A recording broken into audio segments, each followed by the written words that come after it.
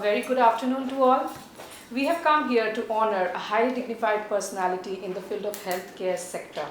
Yes, he is Mr. Rupak Barua, CEO and Director of AMRI Hospitals. So we from Swami Vivekananda University have gathered here to honor him with Vivek Jyoti Samman Lifetime Achievement Award, which is going to be felicitated by our respected VC Sir, Professor Dr. Subrata Kumar Dev.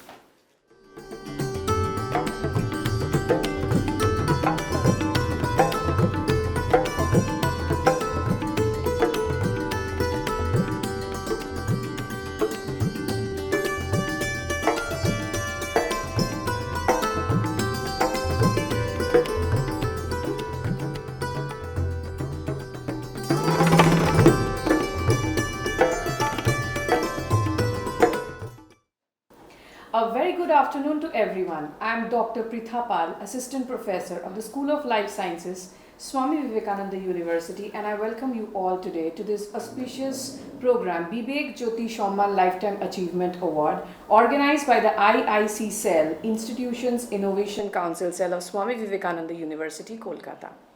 So here we have gathered to honor the pillars behind the success of Swami Vivekananda Group of Institutions. When it started its journey to establish a university with a view to impart education to the students, there had been a group of eminent personalities whose ideologies, principles and ideas worked as a note of inspiration for all of us. To start with the famous quote of Mahatma Gandhi, "It is health that is real wealth and not pieces of gold and silver." Well, today we have gathered to render our token of respect and honor to a highly renowned and eminent personality in this field, health, who has always been an inspiring milestone for all of us. He is none other than Mr. Rupak Barua. He is a name well known in the healthcare sector of India. In a career spanning more than 3 decades, he has led several teams in major corporate hospitals across Kolkata, his scope of responsibilities increasing with every step. Starting his career in the 1980s, Mr. Barua rose up the ranks, gathered a fount of knowledge and experience in different aspects of the healthcare industry. In many ways, a pioneering force in private healthcare, he currently heads the AMRI Hospitals Limited as CEO and Director. We welcome you, sir. And we are extremely privileged to have you in this platform, sir. A short conversation with you. So, sir, first of all, your valuable suggestions for our students in the health management department so that they can also think about the way you have come up. Yeah, well, this healthcare management is actually a new concept in the management field. Healthcare is a new concept. New means not new, but it's 2 decades of this one. But earlier there is no health management per se. If we see this your post independent the healthcare scenario of India, will find that healthcare actually used to dominate by this your charitable trust. Those are the business houses as a CSR project. Actually, they used to maintain the healthcare. So there is a no. There is a yes, of course, there is a service is the issue. There was people used to talk about the service to the mankind, but there is no as such your professional management was there. So maybe we used to talk about that time healthcare, but not the quality healthcare. So because there's the agenda was different. Okay. But after that is your after 80s when there is a revolution started in healthcare. That we talk about that in 80s there is a 2 evolution. One is the IT evolution where we could see there is a computers and all they started entering in this your Indian market scenario. Yes. And there is the healthcare. So because that is the starting point of this your healthcare actually corporatizations of the healthcare actually where exactly healthcare started revolutionizing in the industry from the healthcare, from the common patient care to quality delivering quality patient care. That is the journey started in healthcare, and we people started knowing that is a healthcare is a huge potential actually as a potential business acumen, and as a whole your people can get serviced out of this your healthcare. If you see this today's situation, the healthcare as a business potential, yes, of course, 70% of the total healthcare is dominated by this your private healthcare, and because there's a private and the public, there's a Yes. two delivery system in healthcare. So private healthcare actually it is growing right now, Yes. and where where people are looking for exactly the best treatment possible. So gradually this your healthcare started delivering this quality healthcare. Now you see this your healthcare is a huge point of discussion. Everywhere there is a discussion is happening, because over the time what happened also this your patient base or the population also increasing, and the people are more aware of the healthcare. They started taking a healthcare as a part of their life, so they have started that more of taking care their personal health. That is also one big area of achievement. And the other part also, over the time that is your lifestyle diseases also started increasing. So Yes. there is a huge amount of, there's a demand also started increasing, and there is your supply because your private healthcare.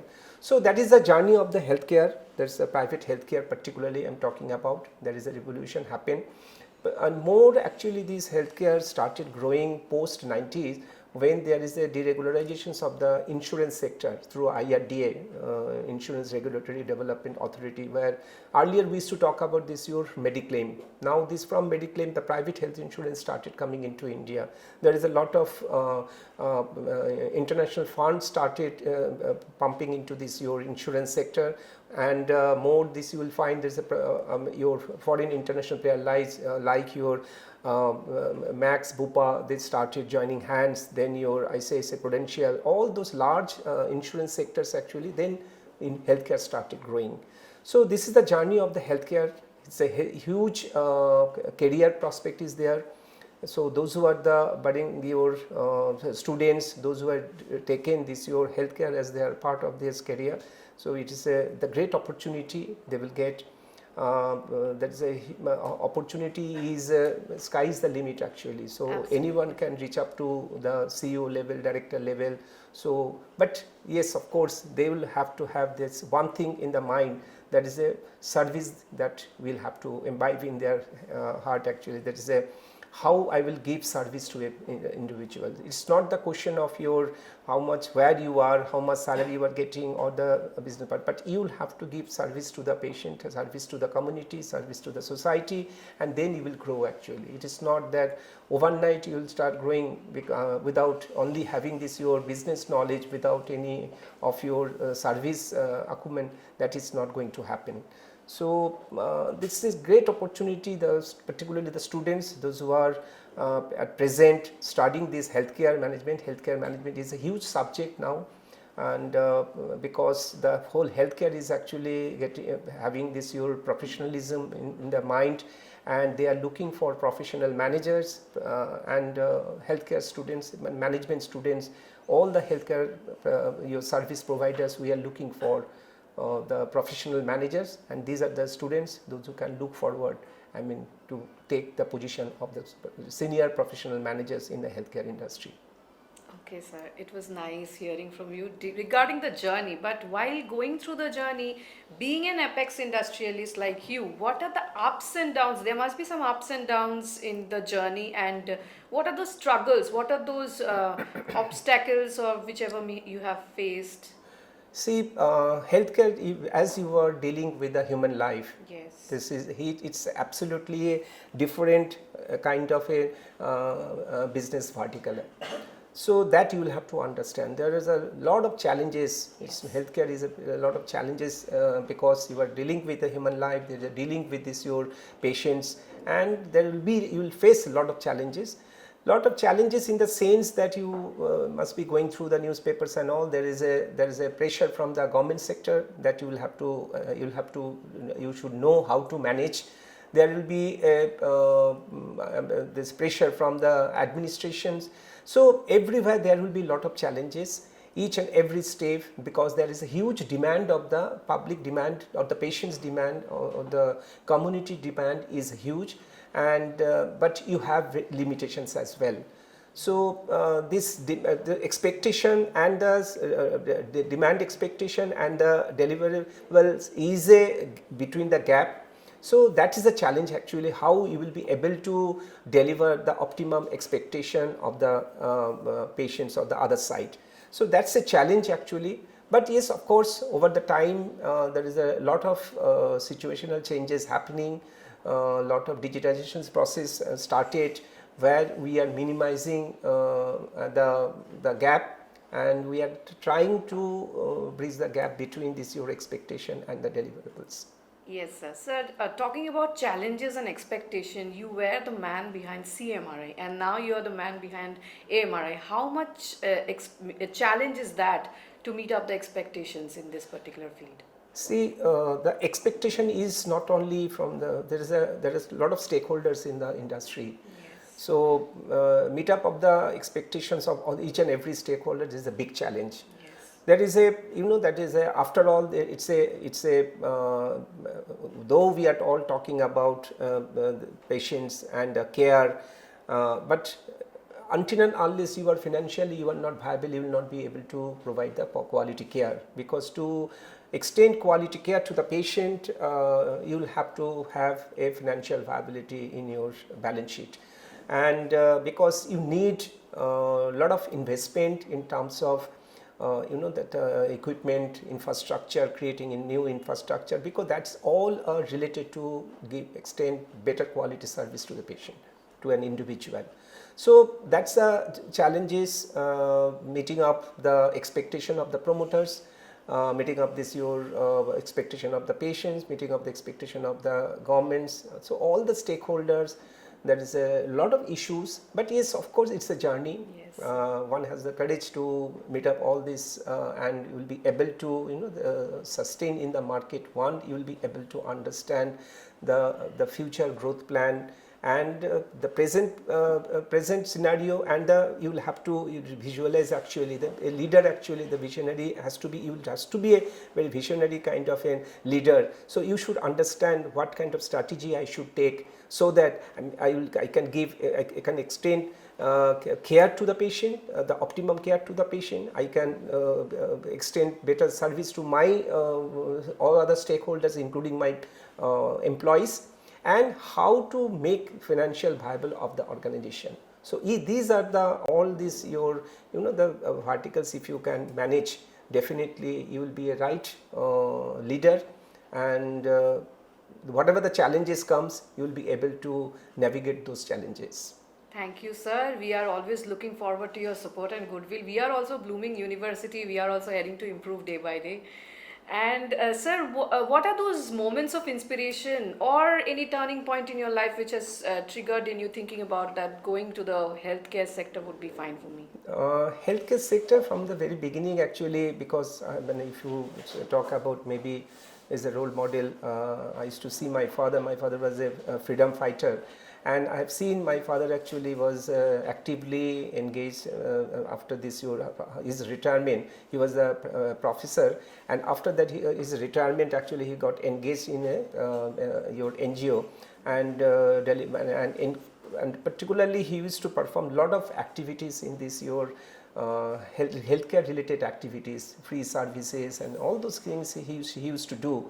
And from that point of time, actually, I've seen this very closely, my father's activity, without any return, how he used to deliver and how he used to extend best possible his care and all. So that time I used to think of that maybe in the future, if I can be also in this kind of a profession, where I will be able to get the opportunity that will be able to get involved with this kind of a services with the mankind. So maybe that is initially it was in my mind, and it happened over the time. So I got the opportunity in healthcare, and for last more than 3 decades actually I got involved in this healthcare very actively, and started thinking in the healthcare only. Okay, sir. So actually you answered my next question. I was about to ask you who is your role model. I guess that's your father. That's yes, my father, sir. actually inspired me to be there in this healthcare, so to just serve the mankind. That was the whole his idea. So Absolutely. maybe that was my initial inspiration which I got. Okay, sir. And since there are some skills in some person, like considering me, I am very afraid of mathematics. That's why we went to the biology. So, what skill did you pick up from you, which triggered you to go to the health sector? This is regard to the healthcare sector. It's a leadership actually. That is very important. Maths, physics, chemistry, all will be there. That's all of the theoretical one. But so far, if you really anybody wants to be, get excel into this your healthcare, that is you need to have a proper leadership quality is very important, because you will have to manage many folds. I mean, there are many things, there are many, as we discussed earlier also, there will be many challenges. Absolutely. And uncertainty is also there, because anytime anything can happen in this your healthcare in a hospital, whenever you are dealing with the patients, dealing with the doctors, dealing with the huge number of employees. So there are a lot of incidents can happen, but you must have the courage, how to handle those. And as I mentioned you earlier as well, so you will have to meet up the expectations of all the stakeholders. That is a big challenge as well. Absolutely. And the financial viability, because in healthcare everybody thinks of that, why this healthcare you are talking about the profit, but there is particularly the private healthcare has been criticized many times by many people, including this your administration and the government. This is why you are all talking about you are making money and all those things. But it's not the question of making money, it's the question of the financial viability. You will have to create a surplus to plow back, and you can develop this your hospitals, or you can give better treatment facilities to the patient. So you need, because medical science is very fast moving. You will have to, there are new equipments coming up. There's a huge cost involved. Yes. So there you need to create a good surplus, and then if you are financially viable place, you will be able to give better service to the patient. So that was actually is a major important understanding. This the future your leaders, they will have to look into. That's how I will keep everyone that's satisfied, including this the patients, those who are really looking for the service, and the service provider, and this is my promoters. So everybody you will have to align in a single line. So that's the major challenge, and that kind of a leadership quality one has to develop to really to work in this your healthcare sector. It's very important. And so maths and all, biology, yes, of course, because you will not directly, you are not treating the patient, Yes. but you are playing a major role, so that the patient is admitted in your place and getting discharged with a better health standard. So that's the important part. So one has to understand as a leader. Absolutely, sir. So leadership and management, these are the two keywords we have to keep in mind whenever That's it comes to healthcare sector. Yeah, because we are dealing with human population. That's the most sensitive one. And also in today's situation is one of the most important part, as I mentioned you earlier, that is your quality care. That is delivering quality care also is a process actually. It is not very simple. Until and unless you are following the process, you will not be able to reach to the end portion, that is a quality healthcare. Yes. So this process you will have to understand how I can give better quality care. Quality care. One of the major important area also, quality care at an affordable cost. So you will have to maintain the cost as well. You cannot charge to the patient abruptly. So you will have to, but maintaining this your promoters expectation of the financial viability and the patient's understanding of their how they will be able to afford. So these are the understanding the patient's expectation is that quality care at an affordable cost and maintaining the financial viability as per the stakeholder. These are the things one has to develop abruptly. So maybe the leadership quality and the management quality is extremely important, other than your biology, physics, chemistry, maths. Yes, sir, absolutely. So, talking about Bengalis precisely, I would just mention Bengalis because we have a common belief that we should go first to the job opportunities, not the business. So, take the business as a second option. So, what are your views on that? Should we change that? Yeah, I think yes, of course, we understand that Bengalis are a little bit more actually a little bit lazy and they don't want to take any challenges. And but I think of late Bengalis are coming up in this your business. They are quite entrepreneurship decisions they are taking. There are large companies actually dominated by Bengalis right now. And yes, if you really want to get involved in this your business, so you will have to be quite focused from the very beginning. Yes, of course. So and job is part, but you should see that you can employ, you can create more job for the people, for the nation. So that is actually the business, that is actually the entrepreneur actually ship is, one has to keep it in mind. So from the very beginning one should think of that is a yes, I should go for business, I should do something more than my job. So that is business. So but Bengalis mind actually is changing. There are many Bengalis coming up, gradually changing. You will find more of the IITians and all. They are coming up with a lot of startups are coming up. You will find there is a lot are dominated by the Bengalis. Yes, sir, absolutely, and we are glad for that even. And so talking about COVID, which is the main thing right now, so how has this COVID pandemic affected the healthcare sector? Yeah, it has affected, but people tell that no, the healthcare sector has not much been affected. They are running at a good profit because this is dealing with the mainly health thing. So what are your views on that? You see, the COVID situation actually has changed the whole healthcare delivery system.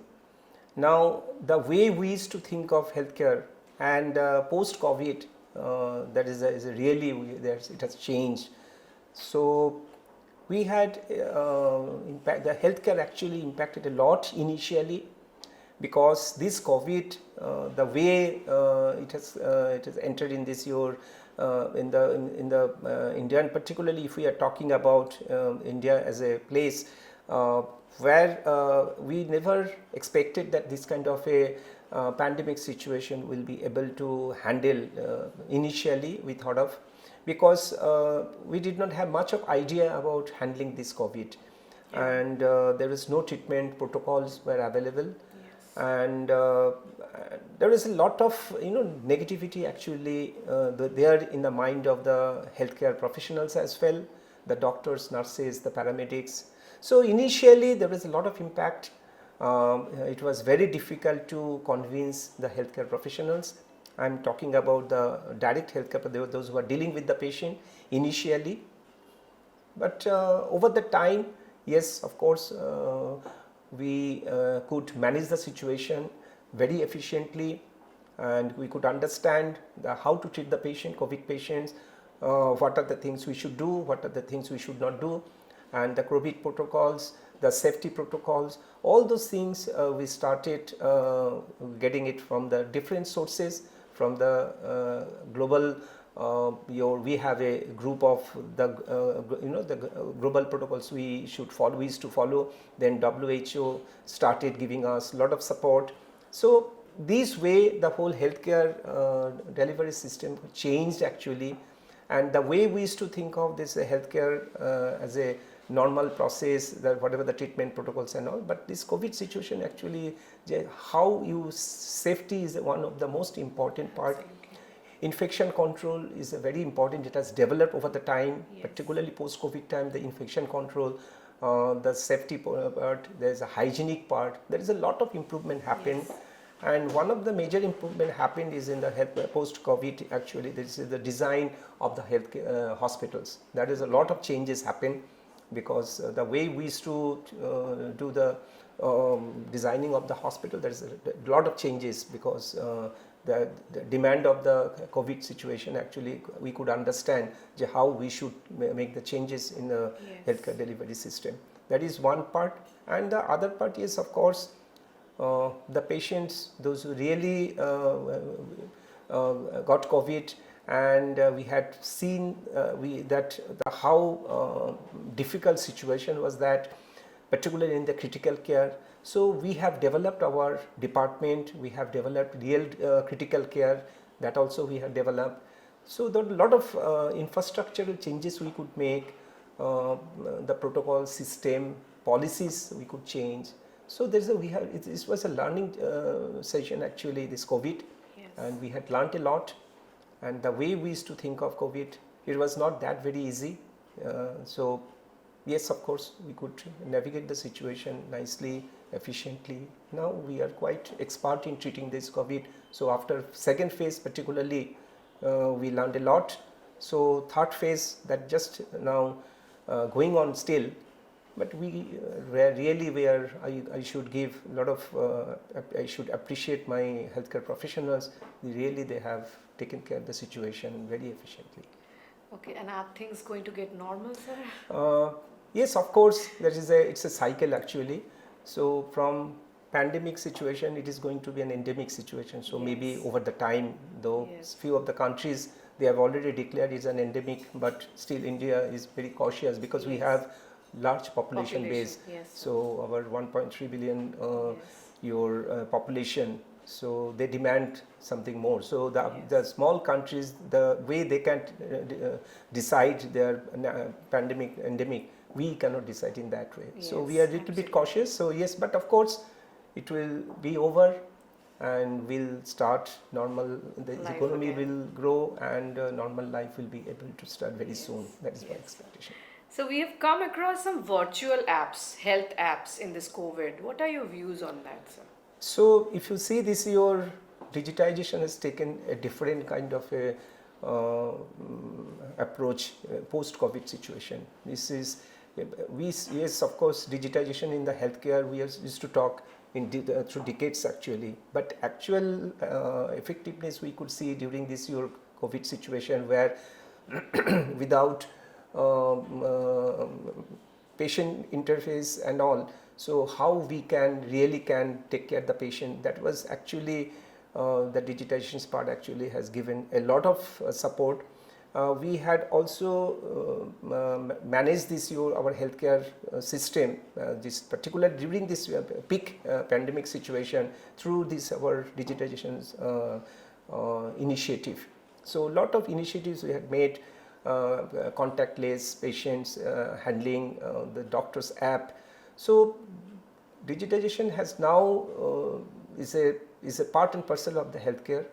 Though digitization in many your business profiles, but yes, of course, so far healthcare is concerned, it is a major role this digitization part is taking, and it is a great future. This digitization is, and it is a mandatory right now. It is not a luxury. It's one has to implement digitization process in the system. So if you really want to make a smart hospital better, as you are talking about quality care, delivery quality care, all these things will come, and also reducing cost to the patient, it is also will come through this your digitization process. But sir, are we not going to miss that interaction with the doctor face to face?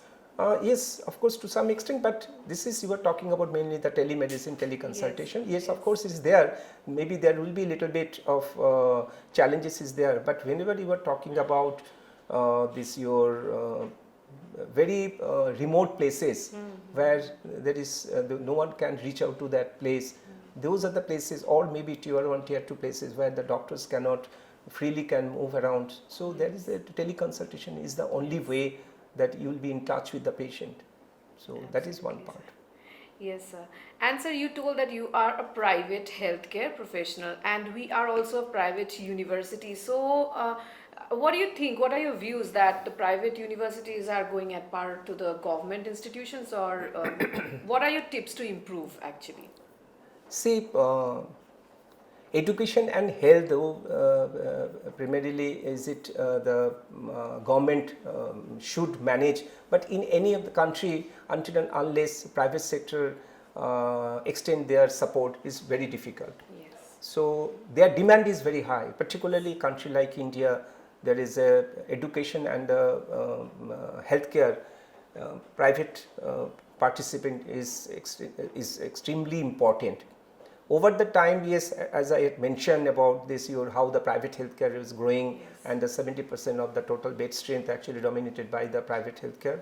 But again, if you are talking about this your education part, there is no other way than the private entrepreneurs should extend their support to develop this your education system, because you see this in this in healthcare also, one of the major challenges is your human resources right now.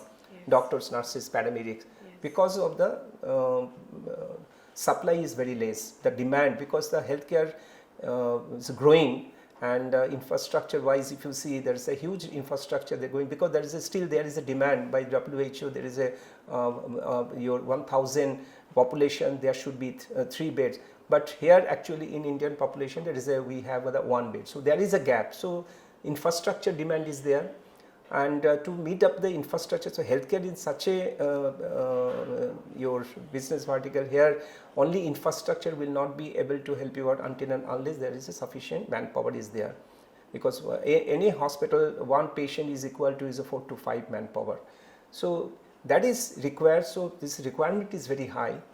And it is not only in the field of this your healthcare, but in many other verticals actually.